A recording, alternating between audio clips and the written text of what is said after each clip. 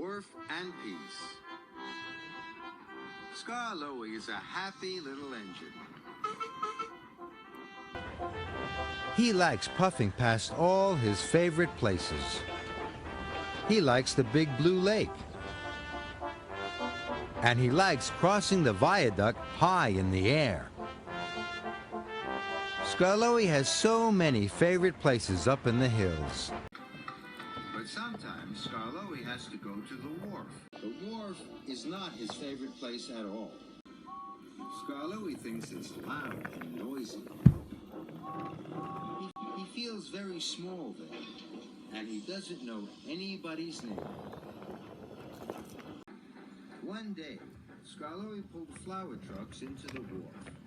He didn't say hello to anyone, and no one said hello to him. The troublesome trucks saw a chance for mischief. They wiggled and giggled and biffed Skarloey. On, they cried. Then some pipes dropped from the crane and landed with a clang. Skarloey jumped. His freight cars hit the bumpers, and bright white flour flew everywhere. Fancy jumping at a silly old crane, snorted James. Scaredy little engine. Skarloey felt very upset and smaller than ever. James was only teasing, puffed Thomas. Scaredy engine, sang the trucks. Clickety-clack, don't come back. Baby, I am a scaredy little engine, cried Skarloey, and he steamed away. Later, Skarloey had to collect a prize bull and take it to the wharf. He was very worried.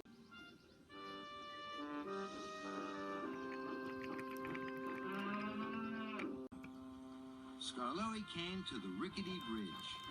Rusty had stopped on the other side. Rusty didn't like crossing the bridge. He thought it was very high up. What should I do? Rusty asked nervously. I'm not a brave engine, puffed Skarloey sadly. So I don't look down and I puff as hard as I can. Skarloey crossed the bridge safely. Thank you, Skarloey, cried Rusty. Now he could cross the bridge safely too. Then Skarloey met Duncan by a dip in the track. A stream had burst its banks. Water covered the tracks. If I go in the water, it might put out my firebox, cried Duncan. I'm not a brave engine, whistled Skarloey sadly.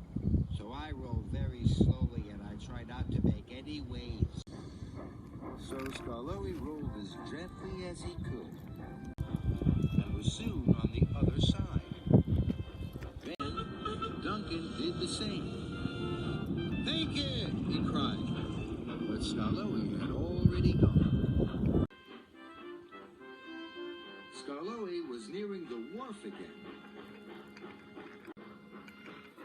Then there was trouble. Logs broke free at the forest mill. They rumbled and tumbled down the hill. And Reneus was coming the other way. Oh no, cried Skarloey. The logs will hit Reneus!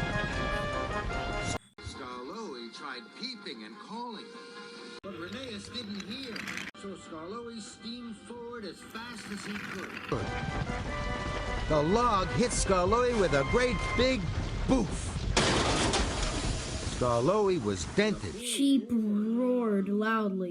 But luckily, no one was hurt. Reneus was very happy to be saved. But Skarloey still looked sad. What's the matter? Asked his friend. I jumped at a noise at the wharf, sighed Skarloey. And the troublesome trucks laughed at me. Now I have a big dent. I'm a scaredy little engine, and scaredy engines will never be useful engines. Reneus was surprised. But you saved me from a horrible biffing, he cried. Rusty told me you helped him with the bridge and helped Duncan with the stream. You are the bravest little engine I know. But Skarloey didn't feel brave at all. He still had to go to the wharf, and that scared him. Skarloey rolled into the wharf. It was as big and noisy as ever. Then he remembered what his friend Reneus had said. I helped Rusty, and Duncan, and Reneus. I am the bravest little engine I know. Oh. Skarloey took a big, brave puff. Hello, everybody! I'm Skarloey! To his surprise, the workmen all called back. Hello, Skarloey! Skarloey was delighted. Then Skarloey saw the troublesome trucks. Clickety-clack, look who's back, they sang. The scary little engine's on our track. This made Skarloey cross. I am not a scaredy little engine, he said firmly. And if you biff me, I'll biff you back. So there. Ooh, said the troublesome trucks, and they didn't move an inch.